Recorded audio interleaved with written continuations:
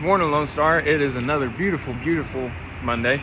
So yesterday at church, Pastor Amber preached a sermon, and towards the end of her sermon, she asked Hayden, her daughter, to come up and sing a song. And whenever she sang that song, it really drove home the point of her sermon.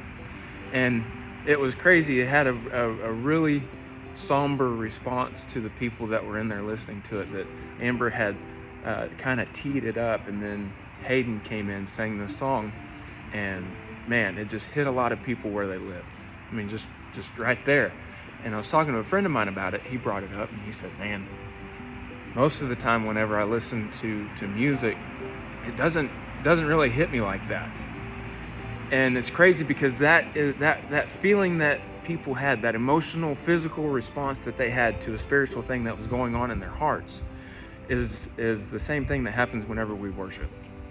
You see, a lot of times whenever we come to church or we listen to 89.3 on the radio, we listen to the music, and yeah, it's good and it's uplifting, and it's good music. It's better than bad music. But we lose the point of worship.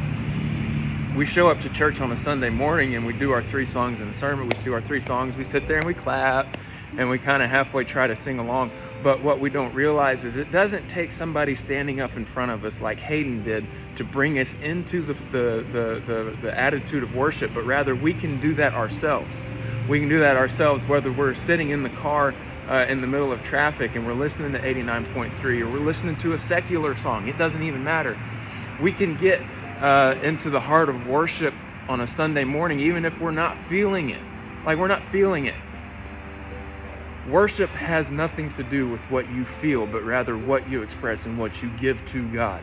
Whenever you can get to a place in a relationship with God where you can give worship until your feelings catch up with your decision, my goodness, that's where it lives. That's where you make a decision to follow Christ, and that's when you give wholeheartedly your worship. And men, let me tell you something.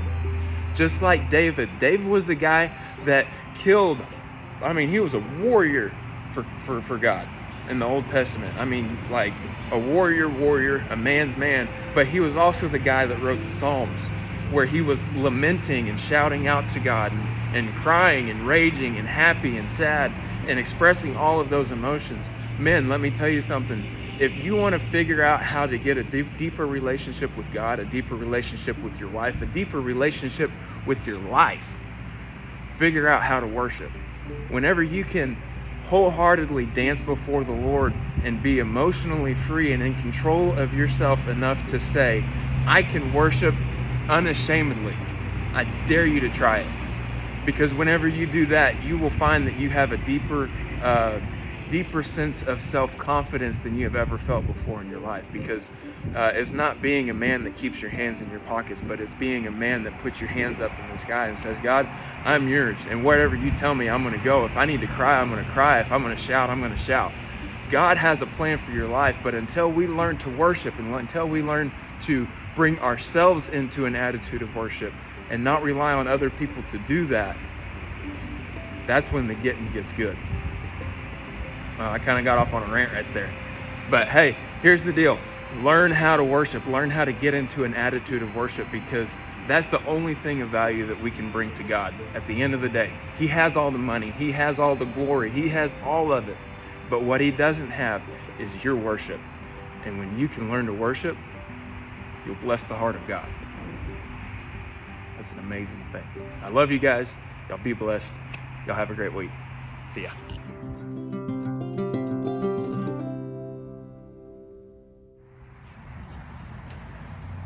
Kind of got intense there for a second. That was fun. I like it. I love to worship. I love worship. So on to the update. This Thursday, we have the Arena Bible Study. We're going to be finishing out the book of Matthew. My goodness, it's been a wild ride. I love going through the book of Matthew. We have, it's going to be at 7 p.m. right here in the Arena Hall. It's going to be the very last one of the year. We are not going to be having the Arena Bible Study or anything else over the Christmas break, but we're going to be jumping into it right there at the beginning of January. So January 4th, I believe it is, the first Wednesday, we're going to Wednesdays now. Out of popular demand, we are going to be doing Revelations, I guess. As much as I'm dragging my feet, we're going to do Revelations. We also have team ropings and barrel racings coming up in January as well. Y'all look on the Sign Up Genius and jump in and be a part of that. We're jumping into 2024 rolling in the cold and everything. But y'all have a Merry Christmas, Happy Holidays. Stay in the attitude of worship. I love you guys. See ya.